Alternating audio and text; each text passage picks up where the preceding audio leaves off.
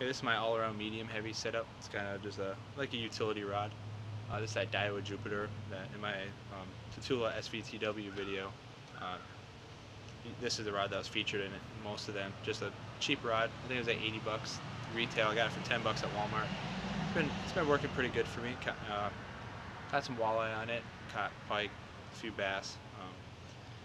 Running 30-pound braid on it. But what's different now, and not using the Tatula right now. I was trying out the SV103.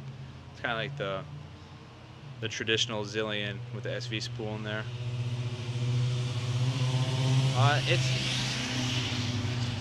It's pretty smooth.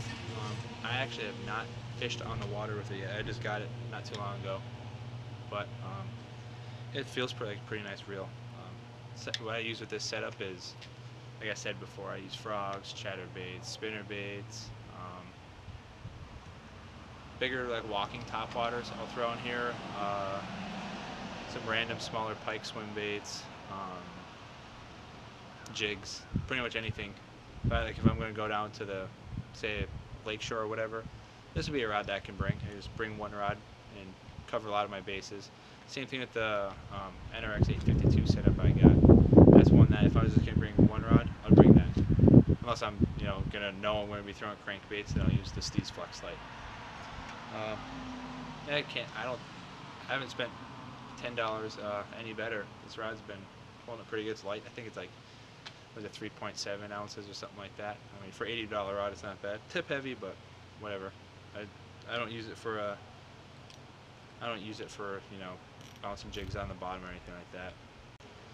I gotta show you guys the taper of the rod a little bit softer than the traditional medium heavy.